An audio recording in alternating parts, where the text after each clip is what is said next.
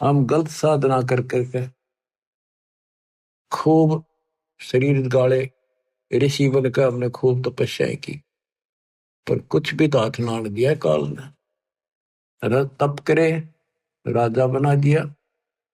राज के बाद फिर 84 लाख योनियों में पटक दिया ठाक। सबको मिसगाइड कर रखा है। ज्योति निरंजन काल का और कबीर साहब का विवाद हुआ था। परमात्मा जब जोगजीत रूप में या अपने पुत्र ज्ञानी रूप में उसको दिख रहे थे, तो कभी ज्ञानी बोल रहा था, कभी जोगजीत बोल रहा था, उसको भी असमंजस थी। तो उसने कहा था अब यहाँ किस लिए आए मेरे लोक में? परमात्मा सतलोक से चल कर आए थे। तपतशिला के ऊपर जो जीव दुखी हो रहे थे, वहां आकर खड़े हो गए। जीवों की अग्नि बंद होगी, वो जलन बंद होगी, उनको पीड़ा नहीं रही। तपतशिला ज्यों की त्यों जल रही थी। तब उनको समझाया कि तुम गलत साधना करके ये कष्ट असंग जन्म हो गए, तुम न उठाते नहीं। जब तुम जाए धरो जग नर देहा, तब तुम करना मम शब्द सनेहा। जब तुम्हें कोई मानव शरीर पृथ्वी पर मिले, तो मेरा कोई संत जाए, उसके उस ज्ञान, उसकी भक्ति पर लगन लगाना, तब मैं तुम्हें पार करूंगा। इतने मुकाल आ जाता है। उसने देखा ये जोगजीत कैसे आ गया मेरे लोक में, इसकी हिम्मत कैसे पड़ गई। पहले तो उसको मारने चला। पहले सोचा ये पूछ लो क्या मैसेज लाया है भगवान का। तो कबीर साहब से पूछा जोगजीत से कि कहो जोगजीत तुम यहाँ क्यों आया? पहले मुझे आदेश बता परम पिता का, क्या मैसेज, क्या संदेश लाया है, फिर मैं तेरे से आगे बात करूंगा। तो परमात्मा ने बताया कि मैं सतपुरुष ने भेजा हूं कि तेने ऐसा जुल्म कर दिया, भगवान के बच्चों का क्या हालत कर रखी है। परमात्मा ने भेजा हूं, तेरा सारा भेद खोलूंगा कि ये भगवान नहीं है, ये काल है, ये तुम्हें जन्म मरण के चक्कर में डाले हुए है। और मैं साधना बताऊंगा, सही सच्चा ज्ञान दूंगा और सच्ची भक्ति बताऊंगा। उनको ऐसा मंत्र दूंगा कि वो थोड़े समय में ज्यादा भक्ति करके तेरे जाल से निकलेंगे। तो उस समय ये बात कहते ही आग बबूला हो गया। परमात्मा को अपना भाई समझ कर जोगजीत ज्ञानी उसके ऊपर टूट पड़ा कि अब तुझे यही खत्म कर दूंगा मैं। वहां से मुझे मार कर तूने भगा दिया, अब तू मेरे लोक में कैसे आ गया, तेरी हिम्मत कैसे पड़ गई? इस बात को लेकर परमात्मा की तरफ चला तो धर्मदास से बताया कि मैंने अपना सिमरण किया सत नाम का, शौर नाम का। वो ऐसा गिर गया जैसे पक्षी की पांख कट जाया करे, बेहोश होकर गिर जाया करे, ऐसा गिर गया। और डर के मारे पाताल लोक में भाग गया। पीछे पीछे मैं भी गया उसके उड़ के। फिर वहां बीच बचाव कराया कूर्म ने। उसने पैर पकड़ लिए, माफी मांगी। मैंने कहा चल तू ऊपर चल, वही बात करेंगे। तो वही 21वें ब्रह्मांड पर फिर ले आए परमात्मा उसको। पैर पकड़ लिए, माफी मांगे, बालक हूं, आपका छोटा भाई हूं, छोटे तो गलती करते हैं, बड़े माफ करते, अक्षमा करो दाता। बोला भाई ठीक है, क्षमा कर दिया। आप बेशक जाओ नीचे, मैं मना ना करूं, पर मेरी कुछ शर्त है, वो स्वीकार करो। परमात्मा बोले ठीक है बोल। कि जैसे भगवान ने, परमात्मा ने, पिता ने मेरे को इतना कुछ दे दिया, कुछ और आप भी बख्श दो। आप भी उसी का रूप हो, उन्हीं की ताकत लेकर आए हो। परमात्मा बोले बोल क्या मांगता है? इसने कहा दिया ऐसे नहीं, वचनबद्ध हो जाओ। मालिक को पता था बालक है, क्या मांगेगा, इसकी बुद्धि इतनी है, भाई ठीक होगा वचनबद्ध। तो बोला जी 3 युगों में जीव थोड़े ले जाना, और चौथा युग जब कलयुग आवे, तब तब शरण जीव बेशक बहु आवे। चौथे युग कलयुग में कितने ले जाना, पर एक और कृपा करियो, पहले मेरा दूत जावे प्रचारक, पीछे आपका आवे। बोले और बता कि जोर जबरदस्ती ना करियो, फोर्सिबली ना दीजियो, अपना ज्ञान समझाइयो, आपके ज्ञान ने माने आपका, मारे न माने मारा। परमात्मा बोले ठीक है, तो और बता। फिर 2-3 शर्त और रखी हुई, ऐसे ऐसे त्रेता युग में समुद्र पर पुल बनवाना, जगन्नाथ का मंदिर बनवाना, ऐसे बहुत सी इसने को प्रार्थना करी। परमात्मा बोले ठीक है भाई, जो तेने मांगा वो दे दिया, तथास्तु। फिर एक काम और करो, मुझे वो सार नाम बता दो, ताकि जिसके पास वो सार शब्द सार नाम होगा, मैं उसने छेड़ू को ना, उससे पूछ के और साइड में कर दूंगा। परमात्मा बोले इतना अनजान मत समझे मेरे को, जय वो तेरे को बता दिया, तेरे दूत सारे फैला देंगे उसको। अब चुप कर जा, तो देना था दे दिया। बस फिर अपनी असली रूप दिखाया कि बेशक जाइयो ज्ञानी संसारा, जीवनामा ने कहा तुम्हारा, जब तुम जाओगे ना कलयुग में, तुम्हारा संत होगा, बेशक जाइयो। उससे पहले मैं सबको मिसगाइड कर दूंगा, 3 युग तक लगातार उनको अज्ञान से भर के गलत साधना बला दूंगा। पहले द्वापर तक भी कोई व्यक्ति ऐसा नहीं था जो भक्ति ना करे था, चाहे वो शूद्र थे, चाहे वो श्रवण जाति के थे, चाहे मजदूर थे, सब भक्ति जरूर करते थे, जैसा भी ऋषि उनको बताया करते थे। नेक आत्मा थी, भगवान से डरने वाले थे, लेकिन उस साधनाओं से उनको सतयुग में तो ठीक रहा, क्योंकि उनके पुण्य साथ थे, बैटरी पिछली चार्ज थी वह मिलेंगी। उनका मन में भ्रम रहा कि हम जो साधना वर्तमान में कर रहे हैं ना, इसी से सब लाभ हो रहे, ये साधना सही है भक्ति। उदाहरण के लिए जैसे हम और आप भी कुछ ना कुछ साधन थोड़ा बहुत भगवान का जरूर करते थे, कति मिथ्या नहीं थे। कोई व्रत रखते थे, कृष्ण राम ने पूजा करते थे, होली दिवाली मनाया करते थे, या कोई गांव घर का कुल देव पूजा करते, बाबा श्याम जी, हनुमान जी पूजा करते थे। और कृष्ण राम तो ये हमारे पक्के भगवान, विष्णु ब्रह्मा शंकर।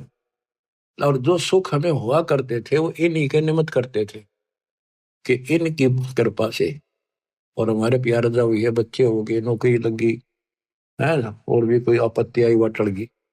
लेकिन ये तो पिछले संस्कार हमें मिल रहे थे।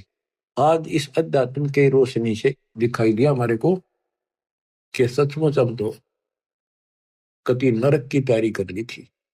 इसी प्रकार वो ऋषियों को द्वापर युग तक जो साधना वो करते आए, उनसे लग रहा था इसी से हमें लाभ हो रहा है, इसलिए परमात्मा के द्वारा बताए उस ज्ञान को उन्हें स्वीकार भी नहीं किया और करना भी नहीं था। परमात्मा को पता था अब कलयुग में मेरे हिसाब से 80% तो नास्तिक तो नहीं है, पर आस्तिक भी नहीं रही।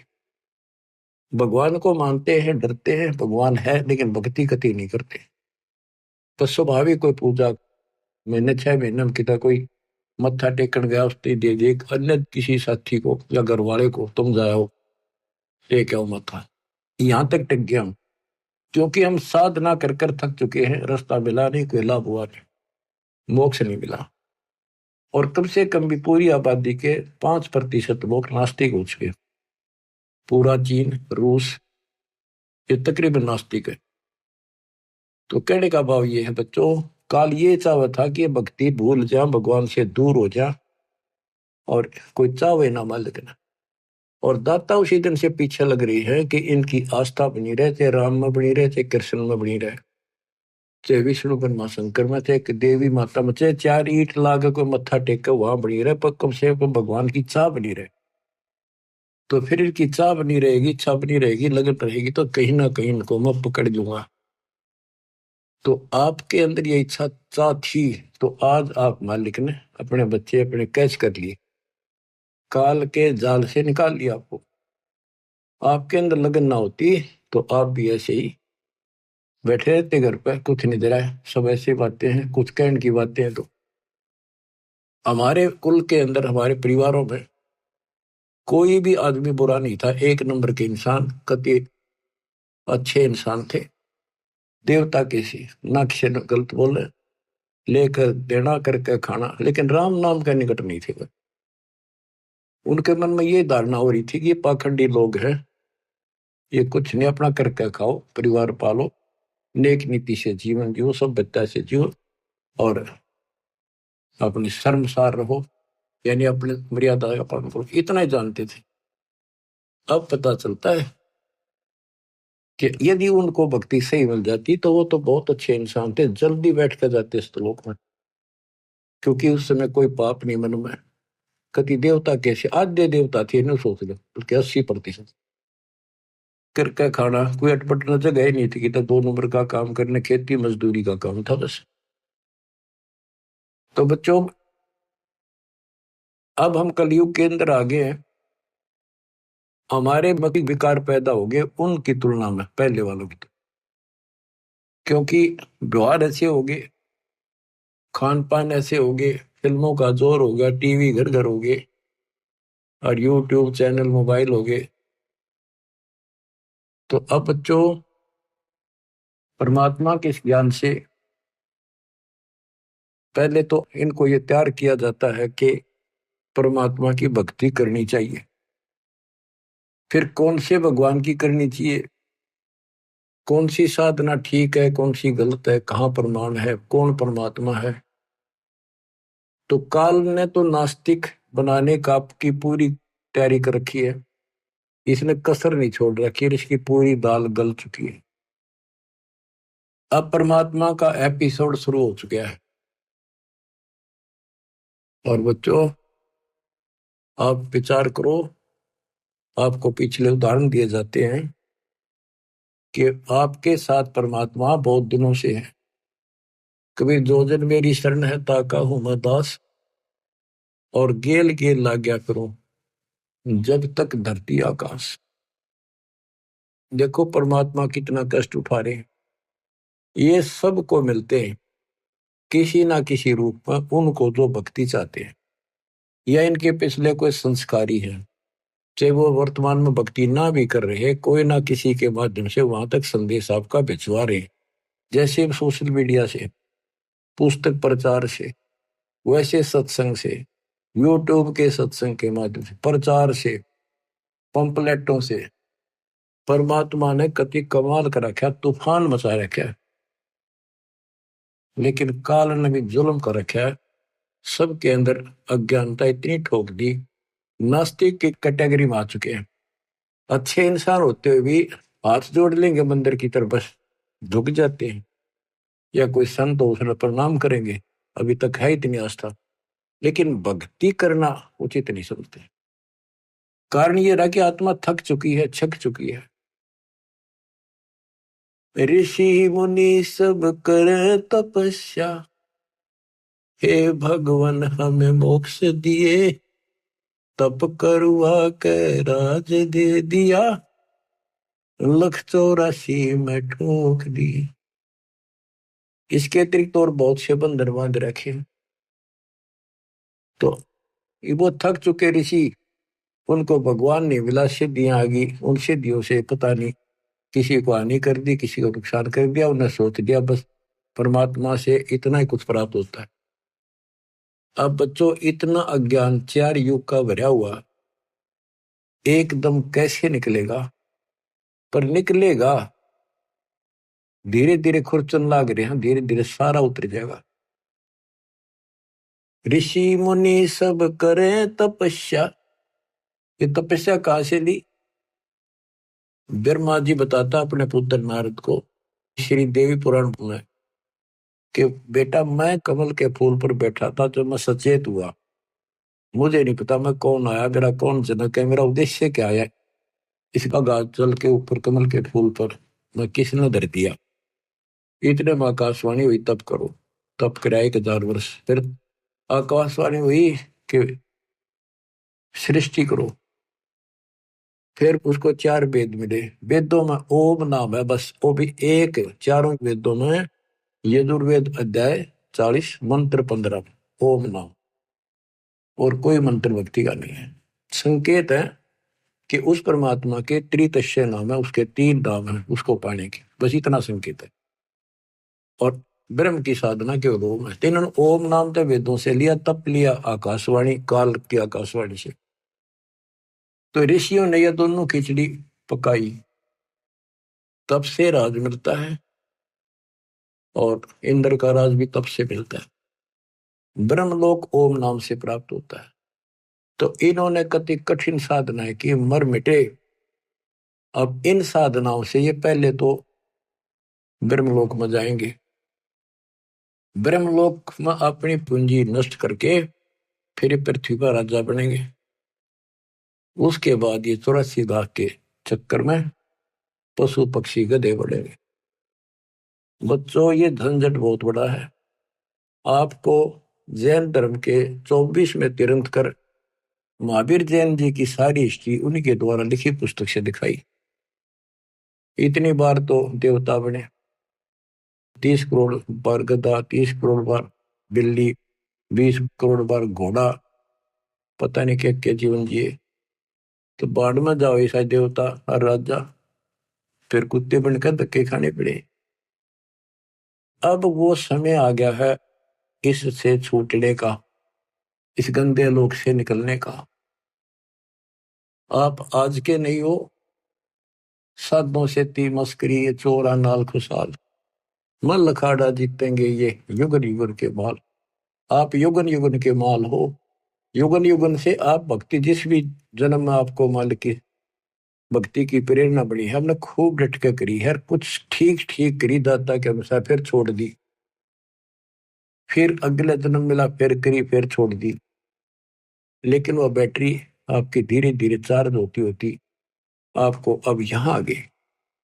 आप वही आत्मा हो जो 64,600 साल पहले जन्मे थे, दाता के शरण में आए थे, उनके दर्शन किया करते थे, उससे आप वचन सुना करते थे, आपको रंग दिया था रंग में।